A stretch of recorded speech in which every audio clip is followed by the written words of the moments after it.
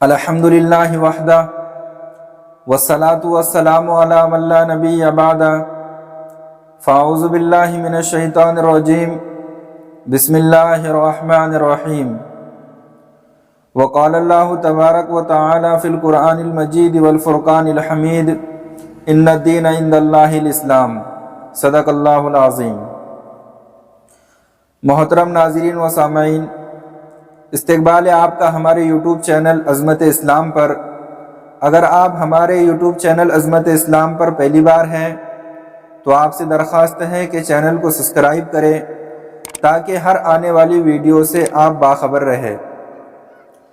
محترم سامعین، بات چل رہی تھی حدیث جبرائیل کو لے کر کہ حضرت جبرائیل علیہ السلام نے حضور پاک علیہ السلام سے حاضر خدمت ہو کر چند سوالات پوچھے۔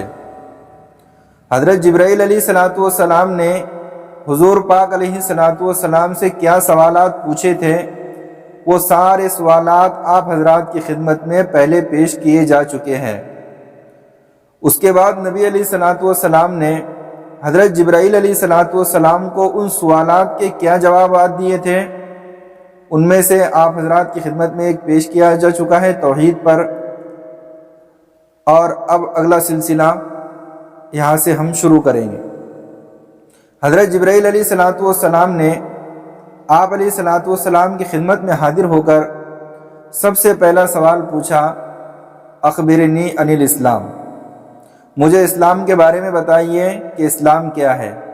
نبی پاک علیہ السلام نے اس سوال کے جواب میں ارشاد فرمایا، تو اس بات کی گواہی دے کہ اللہ کے سوا کوئی معبود نہیں، اور اس بات کی گواہی دے کہ محمد صلی اللہ علیہ وسلم اللہ کے رسول ہے۔ نمبر 2، نماز قائم کر۔ نمبر 3، زکوٰۃ دے۔ نمبر 4، رمضان کے روزے رکھ۔ نمبر 5، اگر حج کرنے کی استطاعت اور طاقت رکھتا ہو تو حج کر۔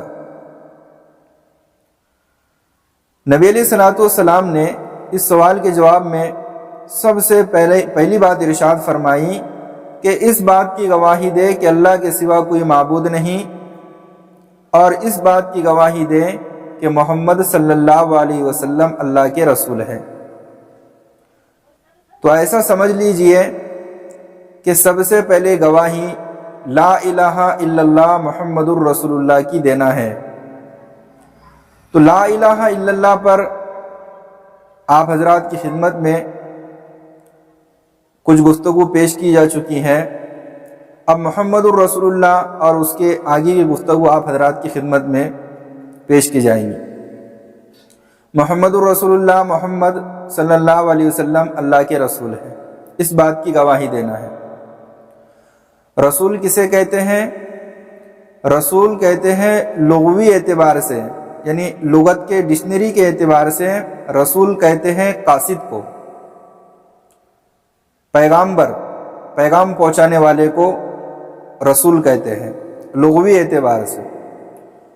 اور اصطلاح شرع میں، یعنی شریعت کی اصطلاح میں رسول کہتے ہیں اس شخص کو جو اللہ تبارک و تعالیٰ کے احکام اور اللہ تبارک و تعالیٰ کی طرف سے جو حکم نبیوں کے پاس آتے ہیں، تو یہ نبی اور رسول ان احکامات کو اور اللہ رب العزت کے ان حکموں کو بندوں تک، اپنی قوم تک پہنچاتے ہیں، اس کو کہتے ہیں رسول۔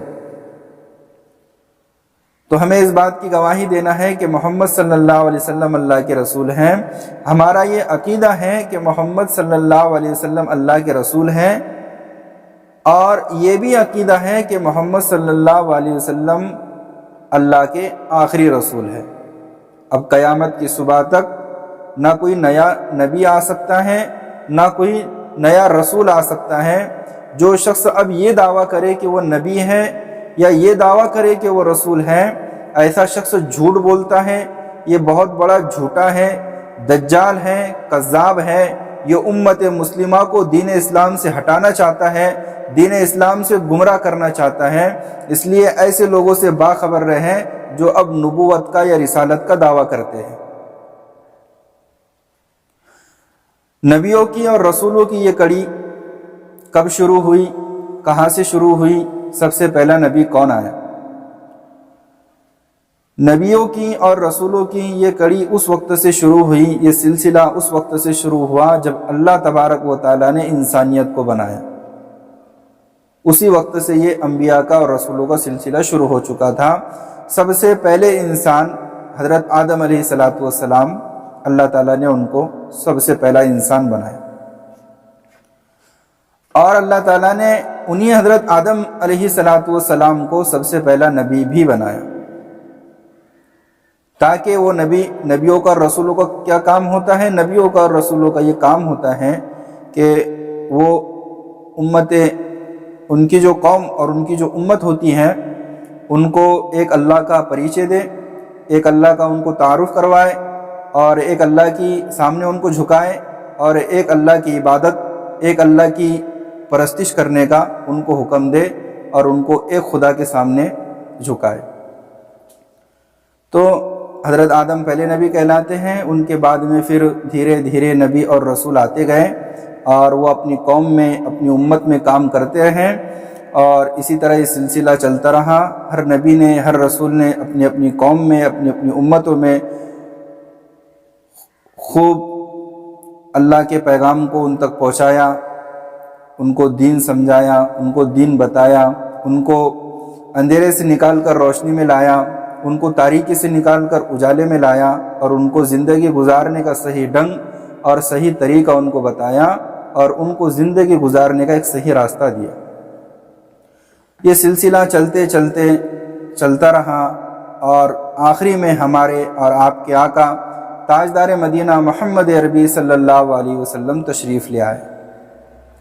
نبی پاک صلی اللہ علیہ وسلم اب آخری نبی ہیں اور آخری رسول ہیں، ہمیں اس بات کی گواہی دینا ہے، اور محمد پاک صلی اللہ علیہ وسلم کی بتائی ہوئی چیزوں پر اور ان کے بتائے ہوئے دین پر ہم سب کو عمل کرنا ہے، اس لیے کہ اب قیامت کی صبح تک دین اسلام نے چلنا ہے، اور دین اسلام ہی قابل قبول ہیں، اور دین اسلام پر چل کر ہی ہم اپنی دنیا کو اور اپنی آخرت کو کامیاب بنا سکتے ہیں۔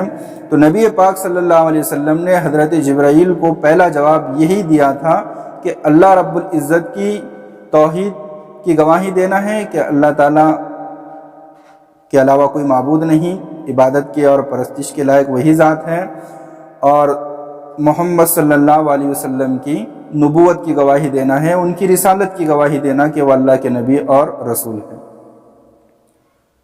دوسرے نمبر 2، نبی علیہ السلام نے ارشاد فرمایا کہ نماز پڑھ، نماز قائم کر۔